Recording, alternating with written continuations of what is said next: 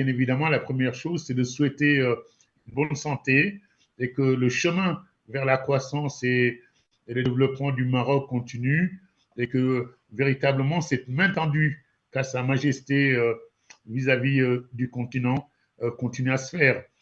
Vous savez, aujourd'hui, quand on parle du Maroc, c'est d'abord une fierté en tant qu'Africain, en tant que membre de la diaspora, de savoir qu'en quelques années, on a un pays qui a réussi à se hisser comme une puissance régionale, comme une puissance méditerranéenne, et qui fait le lien, le trait d'union en permanence entre l'Afrique et l'Europe, et qui a acquis donc cette position extrêmement forte.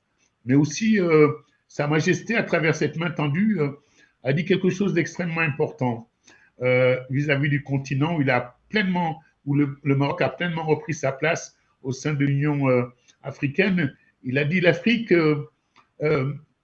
doit être d'abord utile aux Africains. L'Afrique doit être faite par les Africains et l'Afrique doit d'abord être faite pour les Africains. Et je pense que c'est quelque chose d'important parce que de plus en plus on entend dire l'Afrique est l'avenir du monde. Moi, je pense qu'il faut d'abord qu'il soit l'avenir pour notre continent et pour notre jeunesse.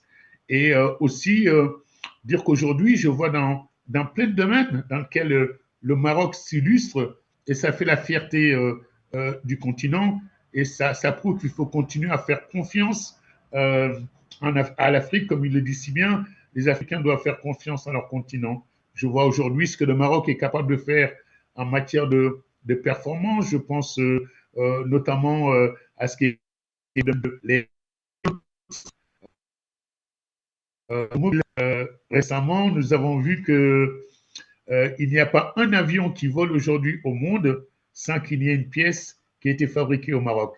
Ça, c'est une véritable fierté et c'est une source d'inspiration. Il y a aujourd'hui dans le domaine du tourisme, par exemple, un modèle marocain que nous, Africains, on aimerait bien voilà, s'approprier et s'en inspirer. Et c'est des sources d'inspiration quotidiennes.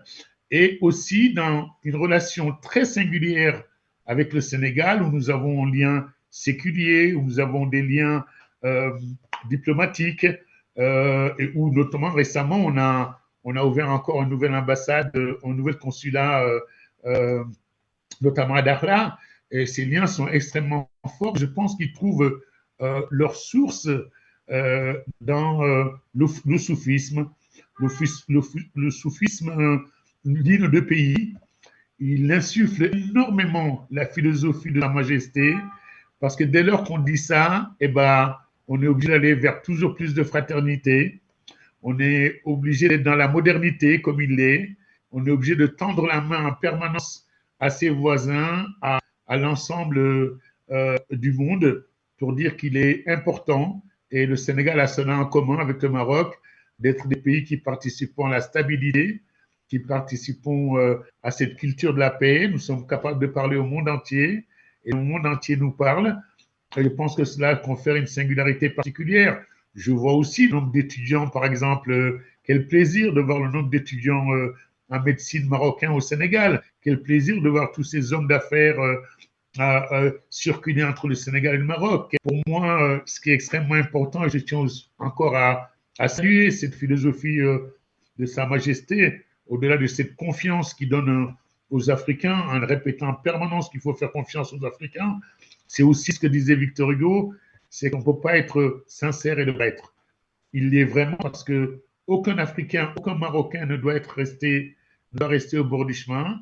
Euh, tout cela, tout ce qu'on entreprend doit être utile pour le Maroc, doit être utile pour le Sénégal et doit être utile notamment pour ces populations. Et de ce point de vue-là, l'état social dont parle Sa Majesté, c'est accès à la couverture maladie universelle. Depuis la pandémie, on sait à quel point cette question est importante. C'est des sources d'inspiration. Je vois également tout ce qui est fait pour la jeunesse, ces réflexions qui sont menées aujourd'hui pour justement faire que cette jeunesse qui est l'avenir de notre avenir ne soit pas absent de nos préoccupations, permettre de pouvoir nous imposer au reste du monde. Et donc, il faut l'accompagner, il faut l'aider, il faut la préserver. Et puis, Et puis voilà, et puis je pense qu'aujourd'hui, dans des domaines notamment aussi comme l'agriculture, on voit aujourd'hui à quel point l'Afrique peut continuer à s'inspirer du Maroc. On voit aujourd'hui que la question de la souveraineté alimentaire est essentielle, comme la question du commerce et de la place du commerce de l'Afrique à travers le monde. Voilà des éléments sur lesquels je tiens à la fois en permanence à rappeler cette philosophie de Sa Majesté, cette main tendue vis-à-vis de l'Afrique, le fait que l'Afrique doit être faite par les Africains et pour les Africains, et tous ces messages d'espoir. Je tiens à remercier Sa Majesté et puis tous mes amis marocains avec lesquels nous avons tissé maintenant des liens depuis nombreuses décennies. Et puis voilà, que sous la grâce de Sa Majesté et du bon Dieu, que nous continuons à prospérer et avancer ensemble dans la paix, la solidarité, la fraternité.